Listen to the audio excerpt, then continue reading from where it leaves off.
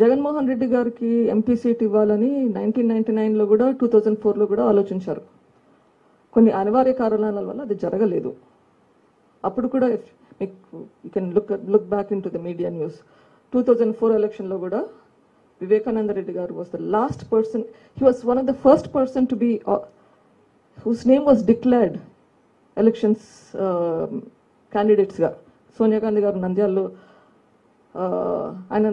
ఆయన పేరు డిక్లేర్ చేశారు 2004లో. 5 మంది పేర్లు ఆల్ ద సిట్టింగ్ ఎంపీస్ ఉంటారని చెప్పి. కానీ ఆయన వద్దు, ఇది జగన్మోహన్ రెడ్డి గారికి ఇవ్వాలి అని చెప్పేసి ట్రై చేశారు. అది కుదరలేదు, హైకమాండ్ ఒప్పుకోలేదు. So unfortunately he contested. But 2009లో it was clear decision that Jaganmohan Reddy garu contest చేస్తారని చెప్పి. మేడం, మీరు మొదట మాట్లాడినప్పుడు వివేకానంద రెడ్డికి మంత్రి పదవి ఇచ్చినందుకే జగన్మోహన్ రెడ్డి రాజీనామా చేశాడని అంశం చెప్పారు.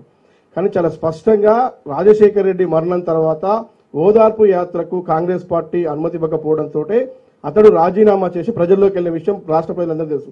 మీరు ఎందుకు మంత్రి పదవి ఇస్తేనే రాజీనామా చేశారని చెప్తా ఉన్నారు? ఓదార్పు యాత్ర చేస్తారు, కరెక్ట్. కాంగ్రెస్ పార్టీకి ఇష్టం లేదని మీరు అంటున్నారు, ప్రాబబ్లీ కరెక్ట్. మీరు అగైన్ మీ మీడియా పేపర్లే చూసుకోండి, వెనకాలకి వెళ్ళి మా కుటుంబాన్ని నిలువులా చీల్చేస్తున్నారు, మా చిన్నాన్నకి మినిస్ట్రీ ఇచ్చి అందుకే రిజైన్ చేస్తున్నారని ఆయన మాటలే మీకు కనిపిస్తాయి. మీరే వెతుక్కోండి. నాకు తెలుగు పేపర్లో ఆన్లైన్లో కనిపించలేదు.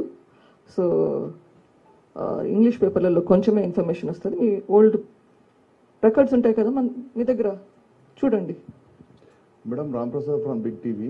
యాక్చువల్గా మీ నాన్నగారు చనిపోయిన తర్వాతకి ఆ కేసును సిబిఐకి ఇవ్వడం జరిగింది. 5 ఏళ్లలో కూడా కొంత పురోగతి అనేది పూర్తి స్థాయిలో, అంటే మీరు అన్నట్టుగా ఎవరైతే మర్డర్ చేసినారో వాళ్ళు కాకుండా దానికి రూపకర్తలు ఎవరైతే ఉన్నారో, అంటే మీరు అన్నటువంటి అవినాష్ రెడ్డి గారు కానీ ఇంకేమైనా జగన్మోహన్ రెడ్డి గారి మీద కూడా మీరు అనుమానం ఉన్నట్లయితే చెప్తా ఉన్నారు కదా. సో దీనికి సంబంధించి రానున్న రోజుల్లో ఇప్పటికే చంద్రబాబు నాయుడు గారు అంటున్నారు హూ కిల్డ్ బాబాయ్ అని చెప్పేసి కూడా ఈ యొక్క వివేకానంద రెడ్డి హత్యకు సంబంధించి పూర్తి ఆధారాలు ప్రజలకు తెలియదు, ఆయన కూడా ఒక స్టేట్మెంట్ ఇస్తున్నారు కదా. మీరు భవిష్యత్తులో ఏమైనా, ఇప్పుడు ఆంధ్రప్రదేశ్లో ఎన్డీఏ కూటమి ఉంది కదా, వారితో కూడా ఈ కేసు విచారణకు సంబంధించి ఏమైనా కలిసి చర్చించే అవకాశం ఉంటుందా?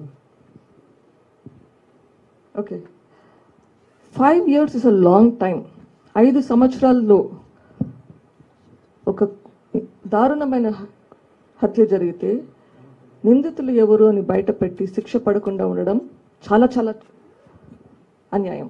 ఇంకా ఎంతకాలం? ఇంకా 10 సంవత్సరాల 20 సంవత్సరాల ఆ పాటికి అందరు చనిపోతారు కూడా. Justice should be timely. మనకు అనుకూలంగా ఉంది ఎప్పుడో ఇంకో 10-20 సంవత్సరాలంటే ఇక్కడ పడేది ఎవరు? Victims, family members, right? So NDA కూటమిని అప్రోచ్ అవుతారా అని అడుగుతున్నారు. ఇప్పుడు కూడా ఈ రోజు కూడా చెప్తున్నాను, ప్రతి పొలిటికల్ పార్టీని, ప్రతి బ్యూరోక్రాట్ని అప్రోచ్ అవ్వడానికి అయ్యాను, అవుతున్నాను, ఇంకా పర్సిస్ట్ చేస్తాను. ఇంకా ఎవరినైనా కలవాల్సిందంటే కలుస్తాను. నాకు పార్టీలకు సంబంధం లేదు.